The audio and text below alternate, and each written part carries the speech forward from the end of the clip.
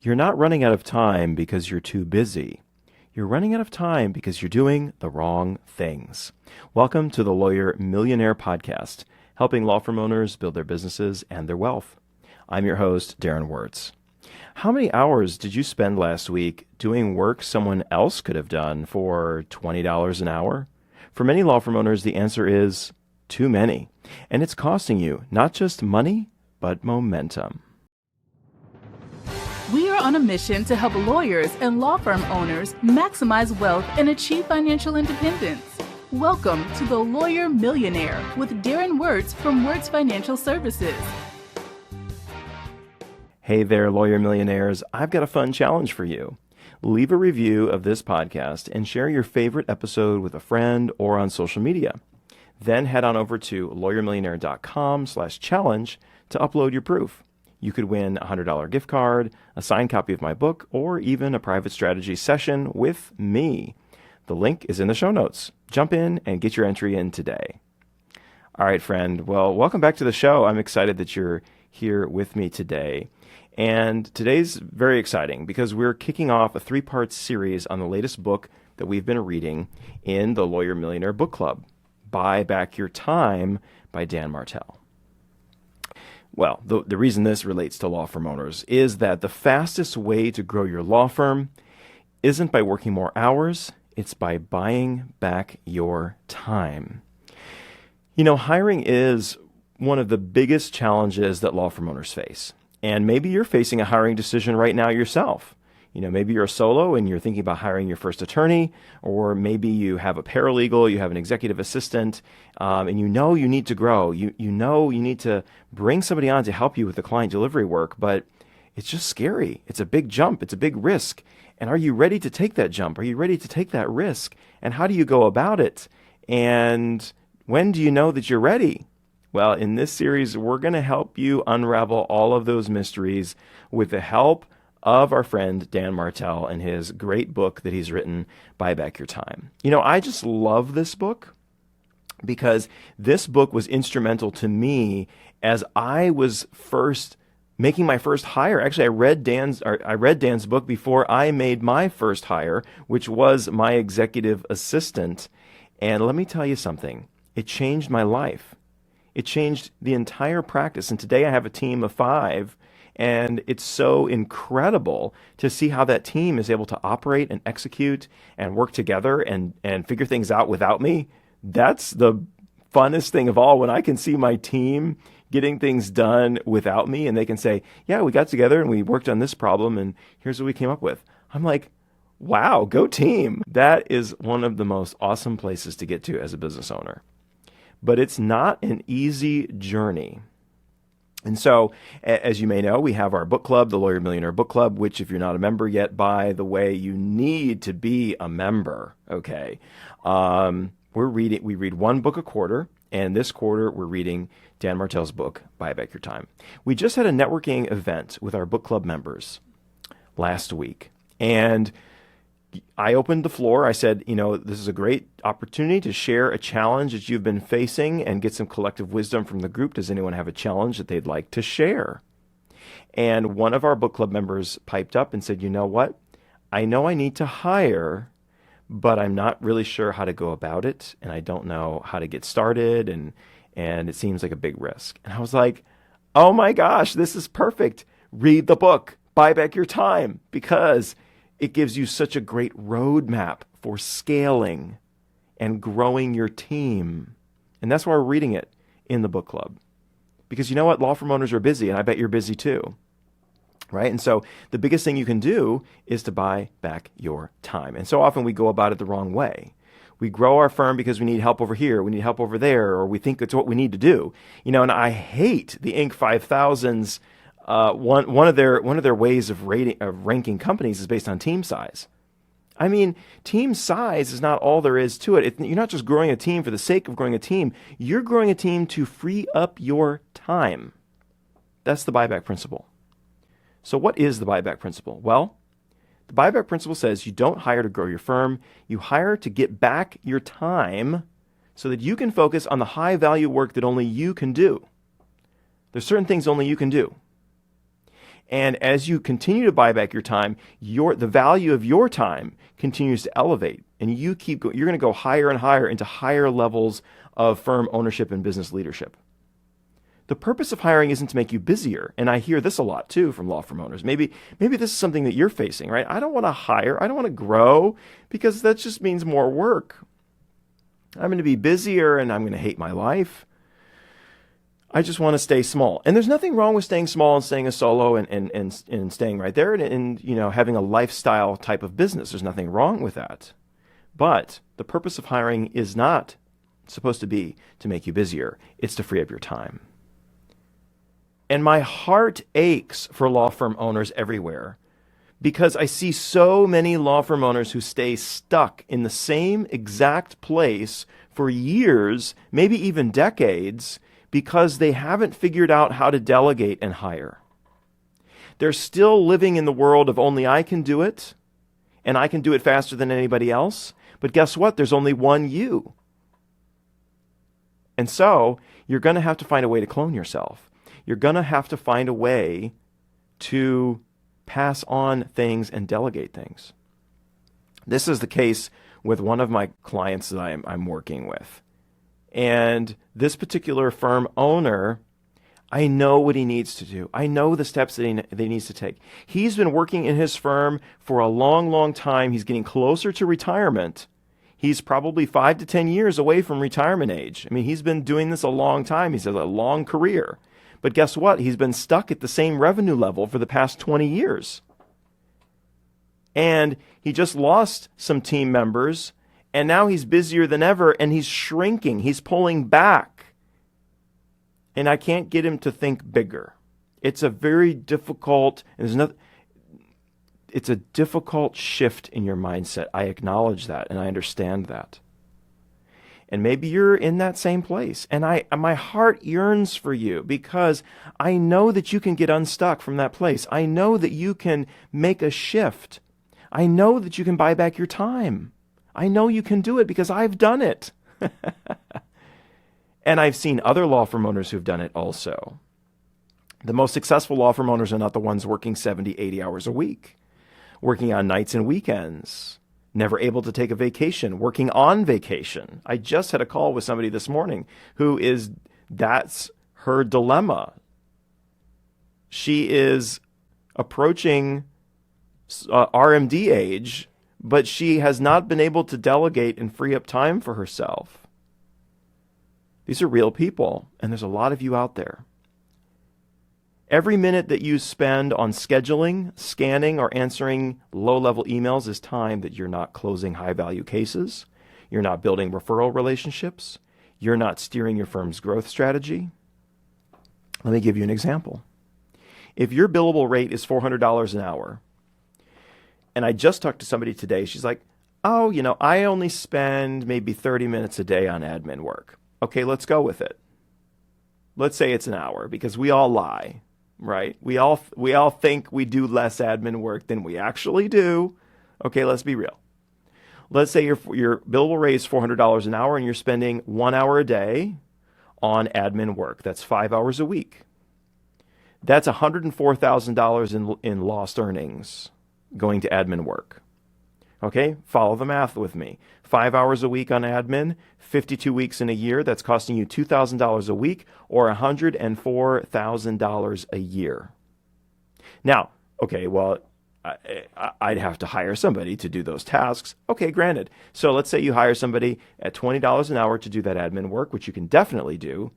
It could be someone here in the United States, it could be someone in the Philippines or anywhere. Outsource it. Right? Okay, so $20 an hour, your cost to hire that person is $5,200 a year.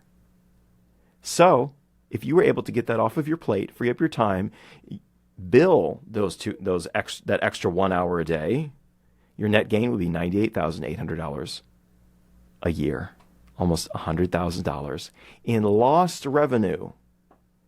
But there's bigger relevance. The bigger relevance is burnout. So many law firm owners are facing burnout. Are you struggling to keep going, to keep the energy going? I hear it in your voice. You say, I love what I do. I'm going to keep doing it until I die. But you're going home every night exhausted. You don't have any energy for your family, and you're just plunking down on your pillow and falling asleep. The bigger problem is what Dan calls the pain line in his book. The pain line is the point at which business owners stop growing or even start to sabotage their own growth because growing anymore is painful. Ooh, when I read that, I just felt it. Sometimes we sabotage our own businesses subconsciously. We don't even realize that we're doing it. But we're turning down clients, we're turning down opportunities, we're not completing things we need to because we are in pain. And because adding more business is pain. And I see a lot of folks here who are turning away business. They're like, I'm so busy. I'm busier than I've ever been. And it's the attorneys that are mid-career to late-stage career, and maybe you're there. You're busier than ever. You're making more money than ever. But you're actually having to turn clients away. And you actually want to retire someday. And maybe your clients have told you, no, you can't go anywhere. You're not allowed to retire. If this is hitting home for you, stick around, because I'm going to be giving away my free law firm time audit worksheet at the end so you can put this in action today. Let's talk specifics. What can you do? So what I want you to do, and what you can do to really help yourself get started on this process, you really need to figure out how much time you're wasting. It's the same thing with money. It's the same exact thing with money. And this is what's so amazing to me is I see the same concepts in financial planning as I see in business planning. And that's why we do both of these things, because the concepts are there. I ask people, how much, what are your average monthly expenses? And they lie. They always lie. They don't lie knowingly, but they have no idea, or they vastly underestimate what their actual spending is. We underestimate our spending. Oh, I have the mortgage and then this and that. I was talking to somebody this morning and I was asking her, how much you spend on average each month. And she was like, well, see, there's the mortgage and then there's this and there's that. And that's about $5,000 a month. And I'm like, are you sure? And then she was like, oh, wait, I forgot food. Well, yeah, you got to eat. Okay, so there are so many things that we spend money on that we forget about, that we don't know about. And so that's why one of the most foundational, fundamental things that we do with law firm owners is help them track their spending. You don't have to have a budget. We can help you with budgeting, help you put together a budget and follow a budget. But the bigger and more important thing is to know what you're spending. And just like money, we need to know how we're spending our time. So you're going to do a time audit. Step 1 is the 1-week time audit. You're going to track every task that you do for 5 to 7 days in 15 to 30-minute increments. Tag each task as $10 an hour, low value or repetitive work. Okay. The next is your mid-tier. That's like $100 an hour work, which is necessary work, but stuff that could be delegated to somebody who's knowledgeable and trainable. And the last is the $1,000 an hour work. That's the high tier stuff. That's the stuff that only you can do, dealing with high-end client relationships, driving the growth, right? 3 tiers. Now, the dollar amounts don't really matter, but low, medium, high. Step 2, color code these things. Color code them. Mark the things that only you can do. Owner only. So you have 3 things. One color for owner only. Another color for things you could delegate, doesn't require your skill set. And then the third are things that you should delegate. Oh, what does that mean? Let's back up a minute. Because you don't enjoy every task that you're doing right now. I'll say that again. You don't really enjoy every task that you're doing right now. So the should delegate color is for the things that you should delegate because they hurt your focus or they zap your energy. Those are the things that you've got to get off your plate. And you've got to get them off your plate now. Okay? And then you're going to review. You're going to scan through that, and you're going to look, and you're going to find things that you can delegate and you can give to somebody else. I did this, by the way, probably 3-4 years ago. I did this before I hired my executive assistant. I did this in my business.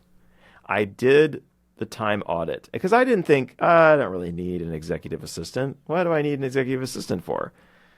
And I did it and I realized, wow, there's so much time being wasted on non-productive, non-revenue generating tasks. So that's what you're going to do. And in the show notes, we have a link to that resource. You can create your own, or you can use ours. We put together a template for you. Let's go a little bit deeper. Let's talk about the pain line versus the capacity line. When do you need to hire? You know, I hear so many rules about when you should hire, right? You need to have 6 months of your employees' wages saved up, or even a year's worth of employee wages saved up.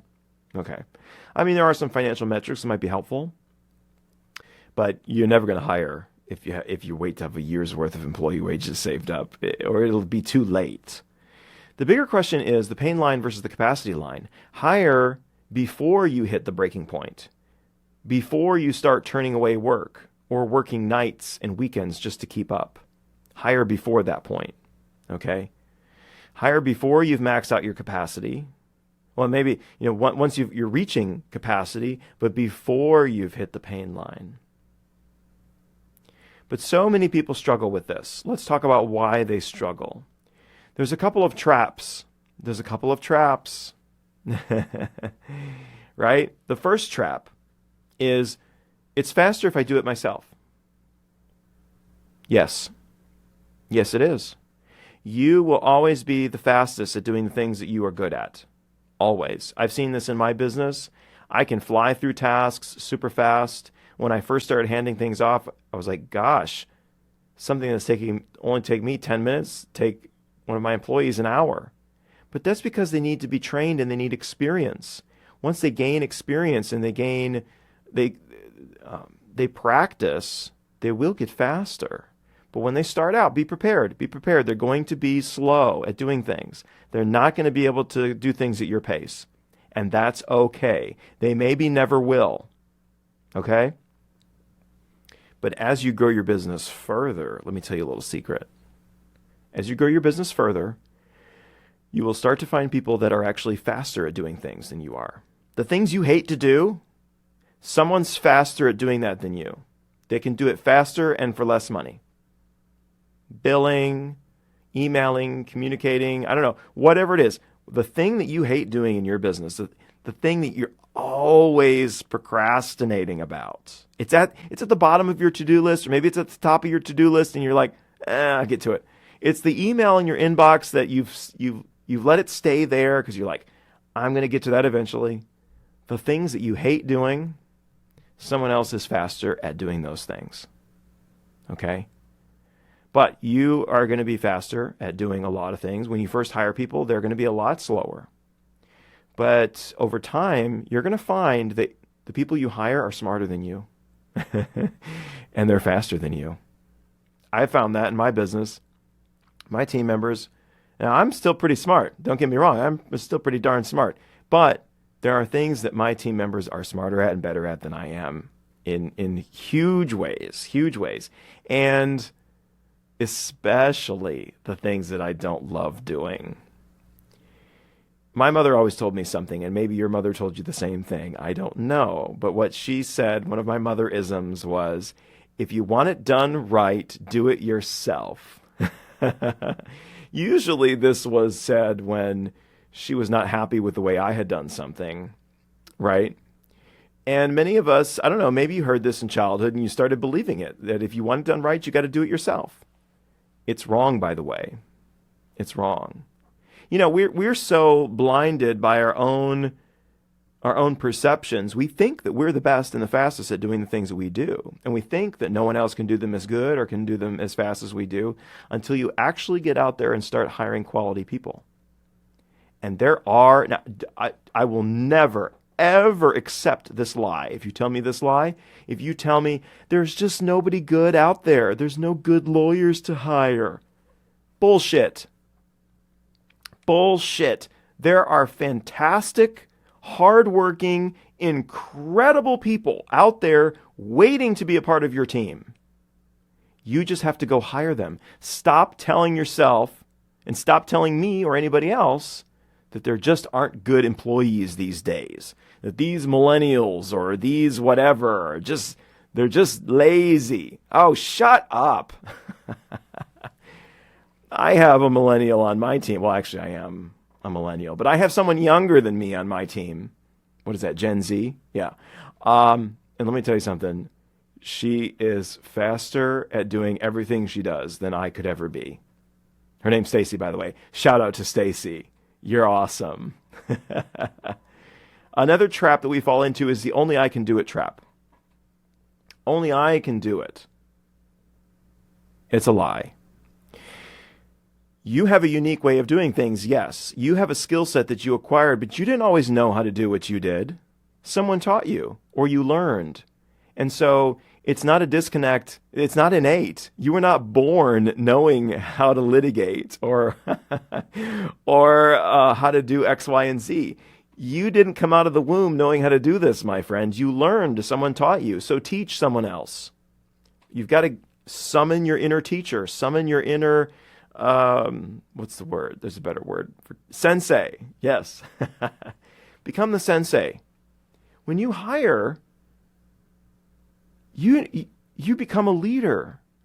And your employees, your job is to lead them and guide them. Your job is not to reprimand them, and they're not machines that just are supposed to perform tasks for you. You are responsible for their growth and development. And maybe I have this understanding because I came from the world of education. I taught 8th and 9th grade science for 5 years before I started my own business. Be a teacher. Take on the teacher role in your business.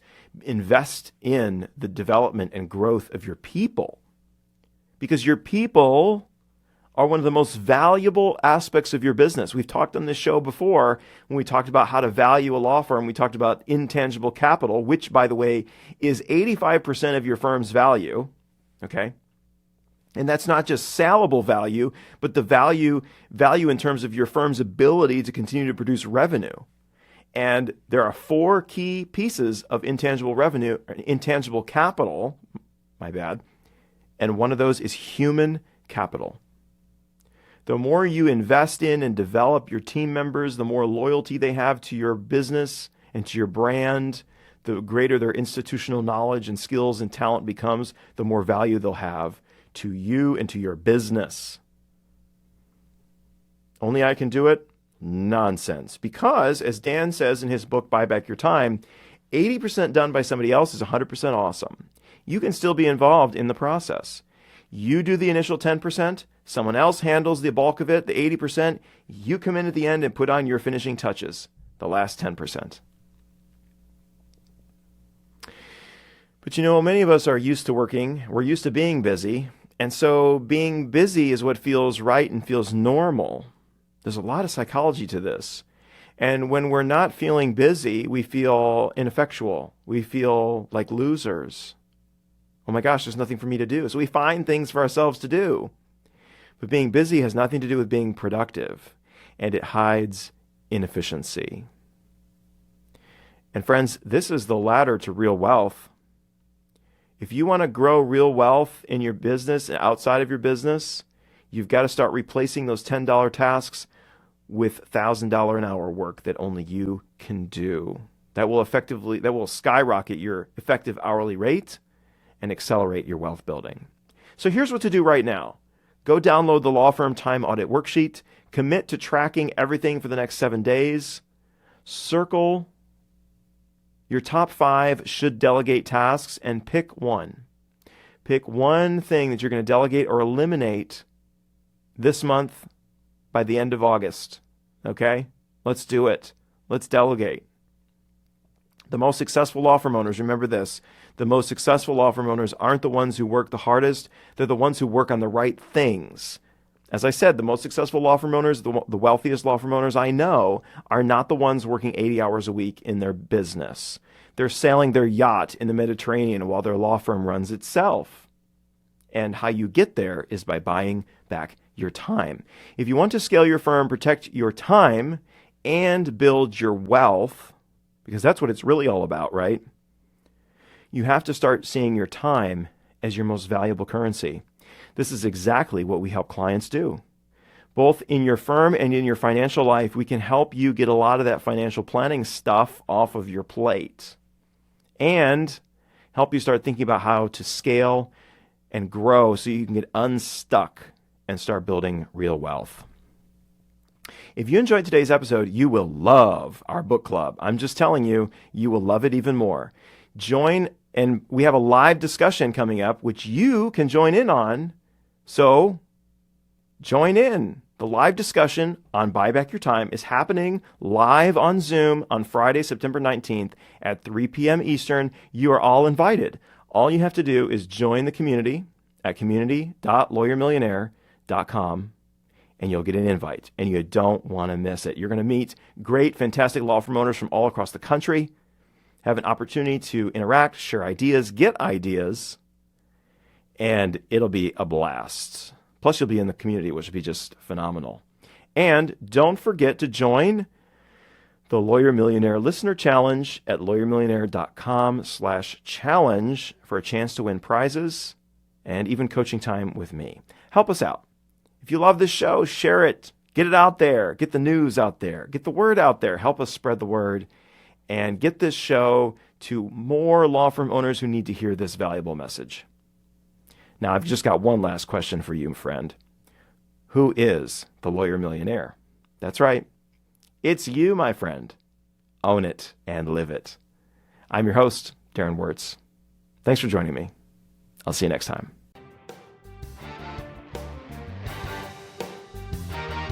Thank you for listening to The Lawyer Millionaire. Click the follow button below to be notified when new episodes become available. This content has been made available for informational and educational purposes only. This content is not intended to represent investing or tax advice. Always seek the advice of a qualified investment or tax advisor with any questions you may have regarding your own financial circumstances.